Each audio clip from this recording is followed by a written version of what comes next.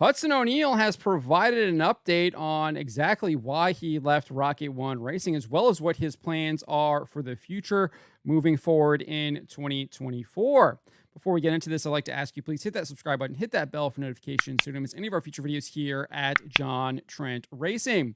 Just to get you caught up to speed, Hudson O'Neal announced his departure from Rocket One Racing on March 14th in this post to Facebook. He said, without divulging any details, I've decided to part ways with MRRI. As this was a hard decision for me, I believe this was the best decision for myself. With everything I was able to accomplish within the last year or so with Rocket One, there is no way possible for me to not be thankful for Steve, Sherry, Mark, Danny, Austin, Joel, and everyone back at Rocket Chassis for all they have done. Thank you guys for your dedication. As for my future plans, I really don't have any at this point. I am certain I will be back on the track again soon, but no concrete plans are in place moving forward. However, he then revealed that he did have plans for Brownstown. He said, I cannot thank all my fans enough for the continued support. Next weekend at Brownstown, I will be doing something huge to give back to all involved. So we realized that what that was he was racing in Kevin Rumley's number 71 Longhorn car. He then posted this on March 15th, and he said, as we continue to go through this process, we would like to state that we have officially lined up a very temporary deal for next weekend for our two Lucas Oil races at Atomic and Brownstown. We now know that was the Rumley car. Without going into details, as we feel like this is the right thing to do as a family, we understand that our role in the industry is fan-base oriented, but we do like to keep some of our private life if we can. As far as my departure from Rocket One, there are no secrets. It was just a difference in where I thought my career and life needed to be. There was nothing that took place that caused mine and Rocket One's split other than just a difference in vision. We hope that this is going to take all the rumors to an ease, but just know deep down it was one of the hardest decisions to make for myself moving forward. As for myself, Tessa, our family, and sponsors, we are very excited for the future. We hope to see all our fans at the track next weekend. Well, he did an interview with Flow Racing following the race at Brownstown on Saturday and before they raced at Atomic on Sunday, where he provided some more details as to why he left Rocket One.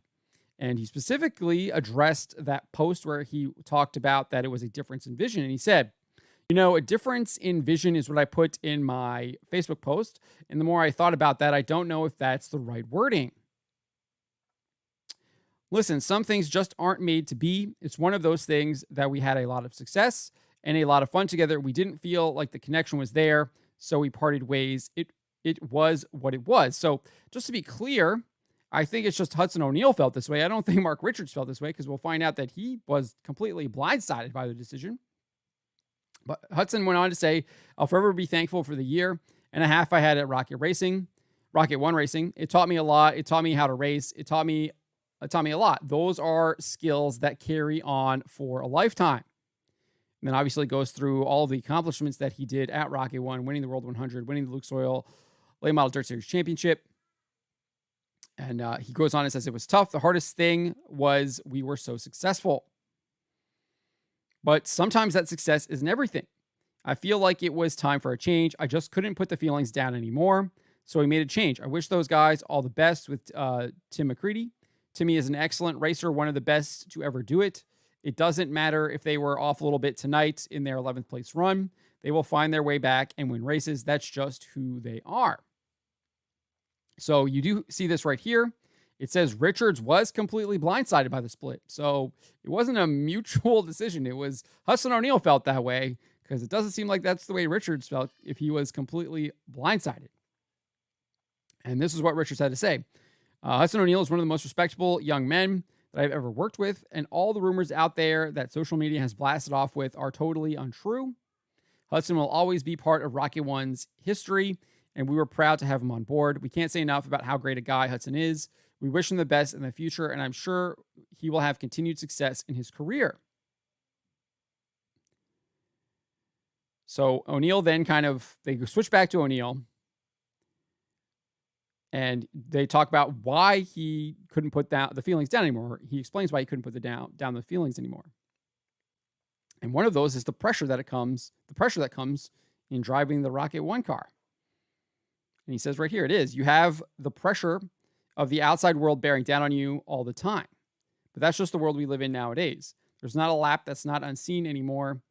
It used to not be that way. Maybe in 1990 you could go somewhere and run dead last and nobody knew about it. Now you go somewhere, you run dead last, and everybody's hounding you. There's pros and cons of it. So then we get this information here from Flow Racing. They do confirm that Hudson O'Neal is going to continue his partnership with Rumley after Brownstown and Atomic. They will compete in the Schaefer Spring Nationals at I-75 Raceway and Tazewell Speedway in Tennessee on March 29th and 30th, which is this upcoming weekend. And then the weekend following that, they will stay in Tennessee, and they will compete in the XR Super Series event at Volunteer Speedway, which pays $30,000 to win for the Saturday night finale. And then O'Neal then says he's not sure what's going to happen after that. He says after that, it's a coin toss. I think he's being a little cheeky there, because he says we're still working on it. I've had communication with some teams. I think we know the direction we're going. That's not a coin toss, right? If you know the direction you're going, that's not a coin toss. We just have to put all the pieces together and see what happens.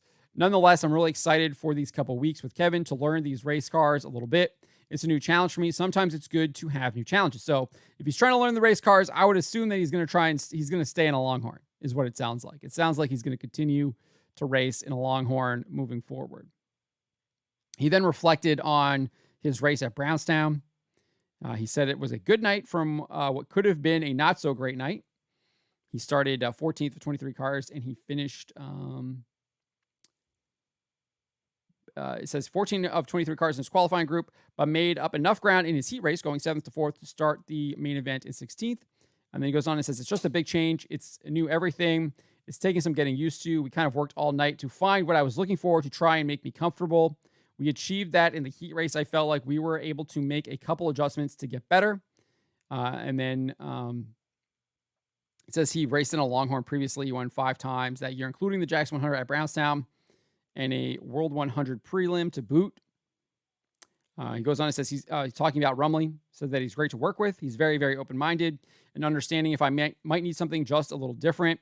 We've always thought a lot of each other. Hopefully this is a connection that will go on for the years to come. So definitely sounds like he's going to be staying in a Longhorn and be driving a Longhorn moving forward if he wants to keep the connection with Rumley for years to come. And then O'Neal goes on to say this: listen, the sport runs so much deeper than just racing. You can't build relationships and have relationships that last a lifetime, even after racing. It's not worth doing. That's the relationship me and Kevin have. We never knew if we were going to work together again. The stars aligned, and here we are.